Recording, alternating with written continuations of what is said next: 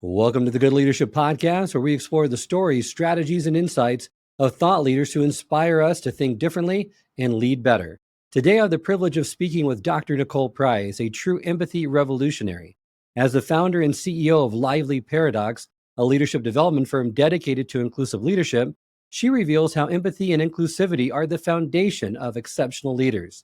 She's also a New York Times bestselling author with her latest book titled Spark the Heart: Engineering Empathy in Your Organization. In this episode, we'll explore the power of empathy as a leadership superpower, showing how it drives innovation, retention, and meaningful connections. We'll also challenge common myths around empathy and dive into practical strategies for developing empathy as a learned skill. So let's dive in. Welcome to the Good Leadership Podcast, where we engage with esteemed thought leaders and explore research-backed strategies and techniques that empower leaders at every level to achieve meaningful results that drive lasting change. Let's start by just letting our listeners know a little bit of background of you. And you really didn't start as a very empathetic person, but there were certain life events that really changed that for you. And one that was deeply personal to you that changed your perspective on empathy was the death of your mom. Yeah, that's true. I tell people that there are two ways to learn to be empathetic. One is pleasant and the other is painful. And I unfortunately chose the painful route. People often don't realize that you can be taught empathy. It's one of the questions I get the most. And some people are born with higher levels of empathy than others. And I don't know, I wasn't in that line when they were handing it out. So when I take assessments, like if you think Strengths Finder, Myers-Briggs, any of those, empathy doesn't show up as my strongest suit when making decisions. And that's still true for me today. It's a behavior I've had to develop. It's not a personality trait that I naturally have. But when my mom died, what happened was I was dealing with emotions that were so intense that I couldn't quite push past them intellectually. And I think that's a critical component of developing empathy muscles, having a wide range of emotional intelligence and understanding. I think helps you to be able to read other people's emotions better and to also be able to regulate your own emotions in ways that are helpful. Well, and that's such a profound moment of transformation. Kind of shifting gears. I mean, you mentioned that you're an engineer by your education. You mentioned that logic and reason guided much of your leadership journey. What were some of the other biggest challenges you faced when pivoting toward leading with empathy? I think it was my own perception that empathy is a soft skill, that it slows us down, because it does take me intentional time and focus to make sure that I'm considering the human components of things before delving into the logic and reason. But through practice, Charles, I've realized that when you're doing this consistently, when you're focused on the human centric components consistently, you actually save time if you don't gain time, because they feel better connected to you. And because they feel better connected to you, they're willing to give discretionary effort. They're willing to be honest about things that other people might not have wanted to share because they trust you. And those things are quite efficient, actually, even as an engineer. And you wouldn't have been able to convince me of that. I think I had to learn it on my own through practice. I think that's the case with many people, and there's still a lot of misconceptions about empathy. Many people believe empathy in leadership means being overly accommodating or perhaps avoiding accountability. How do you address these misconceptions, and what's your response to leaders who see empathy as a weakness?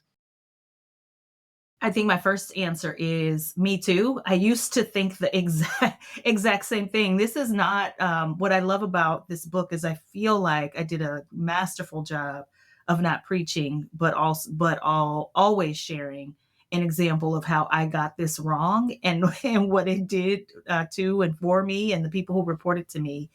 And I always thought that being empathetic meant being nice, being pushed over, people using you, not holding people accountable. But the definition is understanding what another person thinks, feels, or believes. In short, that's it. Now, academically, there are 5 different types of empathy, and we can talk about the nuances and where those things come from in the brain. But in short, it's truly just a better level of understanding. And with that better level of understanding, it's just more data. It's important data to help you make better decisions. And for me, I think that's what we need to buy into. That better information doesn't cause us to somehow become pushovers. Better information makes us more effective. I love that definition. And I know a lot of people still confuse it with sympathy. So, how is empathy different than sympathy? Brene Brown is the best at this topic around sympathy versus empathy, because sympathy is feeling sorry for a person's situation, whereby empathy is understanding their situation. And when I have compassion, that understanding leads me to be motivated to help. Now, I think where Dr. Brown and I differ is I do think there are situations in which it makes sense to feel sorry for people. I feel sorry and have sympathy for people for all kinds of travesties that people experience every day. But in the workplace, I don't have sympathy because we have a higher workload than usual and we have to have all hands on deck. And it is unfortunate that somebody didn't plan for that, but we still need to move forward. I don't feel sorry for you. I don't say, oh my gosh, sucks to be you. I'm so glad that's not me. That's not helpful in that moment. What's helpful in that moment is going, if it were me, I would really prefer to have someone acknowledge that this is not right, talk about how we're going to make sure that these types of situations don't happen again if we have capacity to do so, or talk about how there are going to be some down points where we can take the vacation that we've earned, or where we can do 5S in our manufacturing facility and we're not kind of like running all hands on deck. Like, I would need you to acknowledge that if it were me. That is empathy. That is understanding what the person impacted is thinking, feeling, and believing, and then making your next right decision based on it. But what we tend to do instead is to put our heads in the sand, avoid conflict, embrace artificial harmony, as Lencioni would say, and it prevents us from getting the results we want.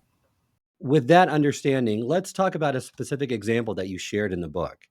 And one of those was you reflected on a time when you failed to empathize with a couple of friends in the workplace, Mindy and Brian. How did that experience shape your understanding of empathy?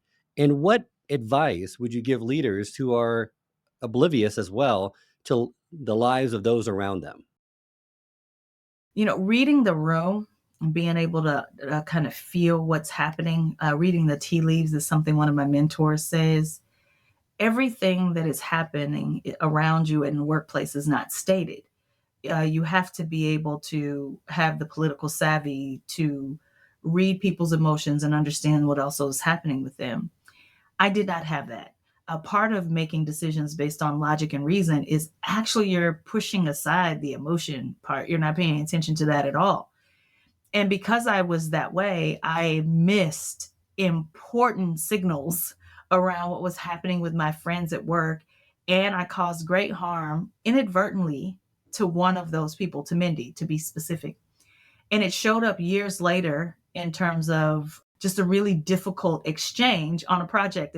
And when you read the book, you'll learn that, man, my tempers were flaring in a conference room at work, only to find out that several years earlier, because I wasn't able to honestly check in with my own emotions, Charles. So I certainly couldn't pick up on the emotions of other people, that I missed important points that would have helped me make better decisions, at least around how I communicated. And I think it's important to note too, without going into the details of kind of this example in too much depth, but Mindy was in the wrong in what she did. And you provide kind of some insight in the book to say, well, why be empathetic? Why sympathize with her when she was in the wrong, when you should be looking at the parties that were affected, negatively impacted by her decision? And you draw a very good distinction to say you can still empathize with that person, sympathize with them, even if they were in the wrong and even if you don't agree with their actions at that moment. There's another learning that I've had since I wrote Spark the Heart. It's one of the reasons why writing books is challenging, because as soon as you finish it, you're like, oh, I learned something else I wish I could have put in there. I was relentlessly focused on being right, not necessarily effective. And so, are we right? Are we correct that Mindy was wrong? Or was I correct that she caused great harm? Yes. Allowing her to save face in this moment, in the particular moment that I lay out in the book, actually didn't cost anybody anything. I wasn't putting the victims of her decisions in a bad place. I wasn't supporting her decisions in any way.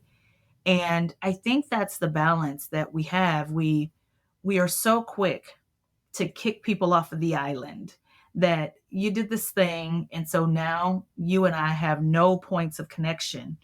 And I think there's something to be learned for us recognizing the difference in making a bad decision and being a bad character. I still, after all that I know about Mindy in that situation, don't find her to be a person holistically of poor character. I believe she made a singular bad decision that drug on for a long time. It is not even my responsibility as her coworker to pass judgment on. I'm trying to just describe it. What is more true and as true is that as we were thinking about the impact on the organization, the values that the organization says it embodies, teamwork, collaboration, were made impossible based on the way I was showing up that day.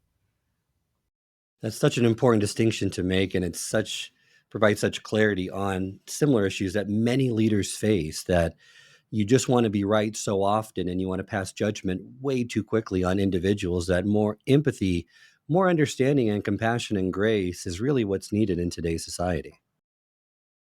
I think it is, and I believe that I have too many stories of choosing to be right over effective. The number of times that I've shown up and I'm like, oh, what a correct, idiot I was correct, but a correct idiot. And I almost can see myself in that conference room when she, in anger, screamed out her frustration, which I would probably label as embarrassment that drug on for almost 5 years. Every time she saw me seething, that's her responsibility, that maybe she should work out in therapy, but I can't negate my ownership and my part in that. And that's what I can control. And Charles, what I'm trying to do is to get more people to buy into this idea, is that if we just understand a little better, we can build wider bridges and then probably create an environment around ourselves that looks more like what we want it to be. What we're doing instead is we're expecting everybody else to be empathetic. And then we are the beneficiaries of that empathetic system. And I say, if you want to see it, then you go first. You demonstrate, you model. Such an important learning point that all leaders need to do better with, in my opinion. You mentioned different types of empathy. What type do you think is most underutilized in leadership today, and why? Somatic, feeling in your body. It's probably the one that I learned about last. But when I think about, I'll stick with the Mindy and Brian scenario. When I think about that exchange, the very first exchange that we had in the foyer of the manufacturing plant, my body, like something in my body, if I pay attention, I recognized that something went wrong, but I ignored that feeling I had in my body, that hunch, that intuition. And all I had to do was just be curious and say, hey, I noticed something in your face. Do you want to talk about that? Because I feel like I asked a pretty benign question and I can tell that it translated to something else with you.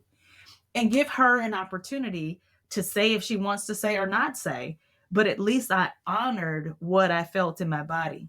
When you talk to people who sign contracts that ended up not being the right ones, or when they find out about someone engaging in, let's say, felonious activity, most of the time people say, I had a feeling. I had a hunch and I just kind of ignored it. And I want us to stop ignoring it. I want us to pay attention to what we feel in our bodies. And then the next answer that I'll give to that question, I think it depends on what industry you're in. So effective empathy, which is feeling what other people feel, that level of understanding, but you're happy, I feel happy, you're sad, I feel sad. That is really prevalent in the helping professions. So think faith organizations, hospitals, nonprofits. It's fairly low in for-profit industry, but it's probably overused in nonprofits and healthcare centers and schools and places of that nature. Another one that you mentioned in the book that I think is important to note is that cognitive empathy, which really is the ability to understand what a person is thinking and feeling without necessarily resonating with that thinking or feeling state, but it's necessary if we want to overcome our inherent biases, correct?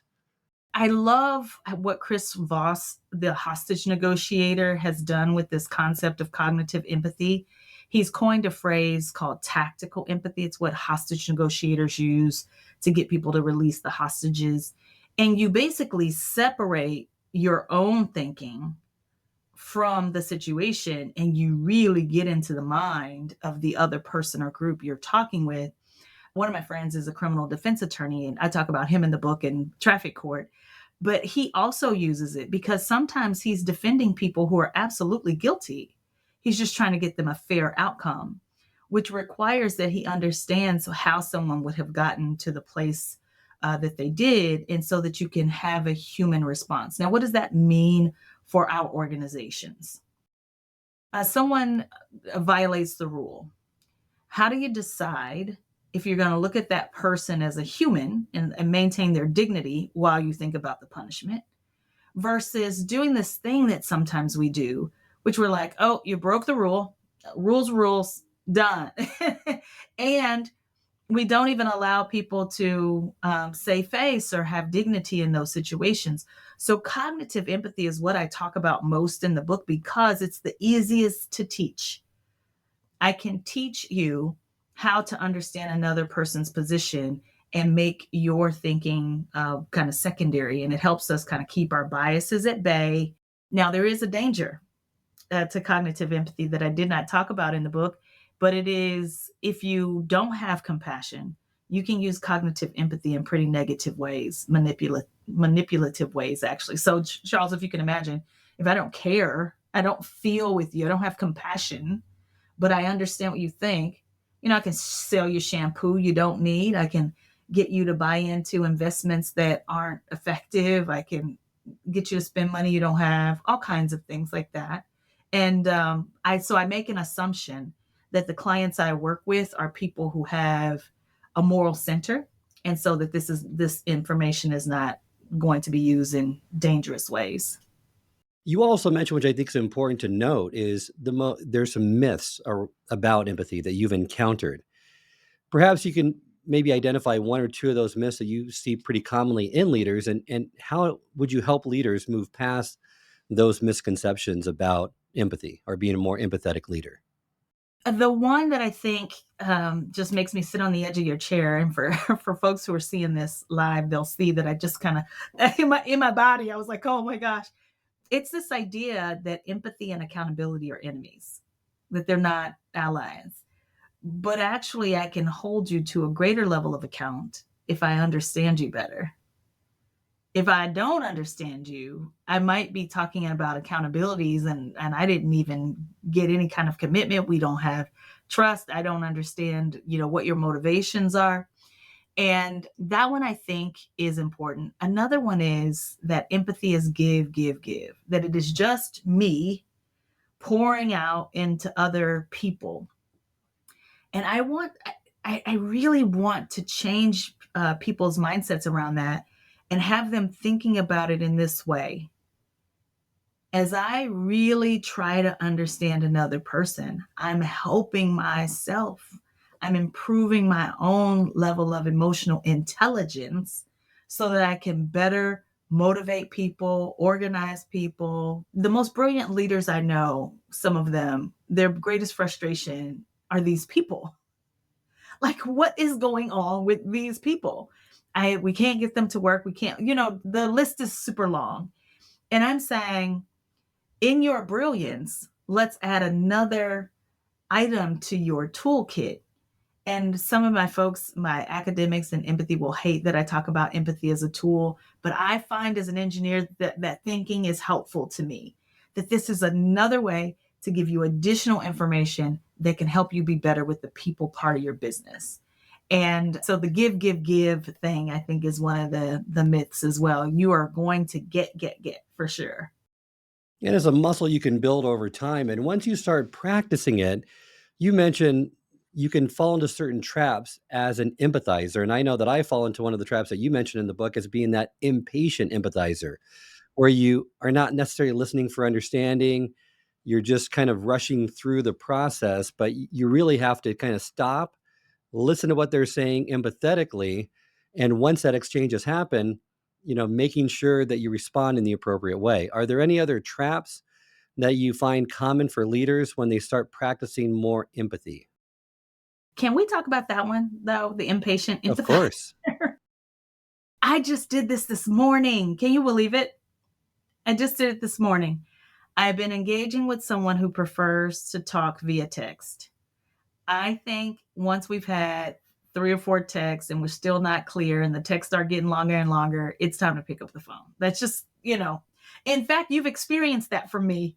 We've got emails going. I just say, you know what, let me just call Charles real quick and we can handle it. And I had been flexing my communication style for days, almost 3 days. And this morning I was tired. And so this morning I was like, here's the situation. Here's the basic background. Here's my assessment. Here's my recommendation. And guess what happened? They were like, oh, like the empathy revolutionary is talking to me this way. And I was like, you're right. Epic fail.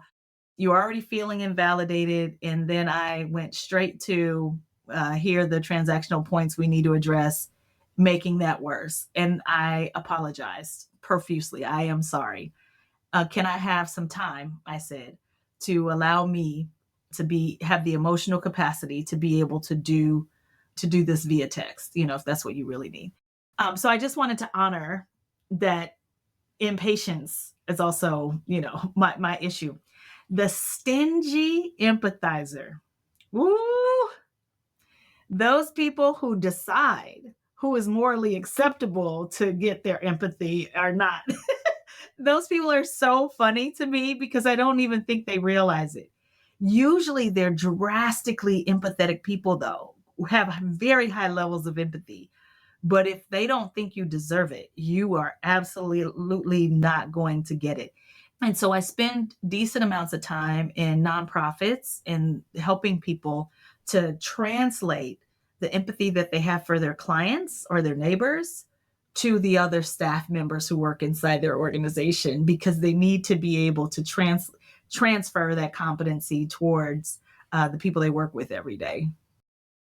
Love those two. The other one that I see somewhat commonly is the judging empathizer, right? Where they may not say it, but they're thinking that how can you be so unempathetic, or, kind of what's wrong with you, rather than judging someone's lack of empathy in that moment. Take the opportunity to be more nurturing and help and encourage others by developing their own empathy muscle as well. It's funny because that was probably the most shocking thing for me when I transitioned into realizing that, gosh, empathy is a critical linchpin to making much of what we're trying to do around culture and organizations work. I did not realize how much some people judge those of us who are not empathetic. I tend not to judge because I'm not naturally empathetic, because my first thought is still logic, reason. It's my second thought that is empathy and compassion.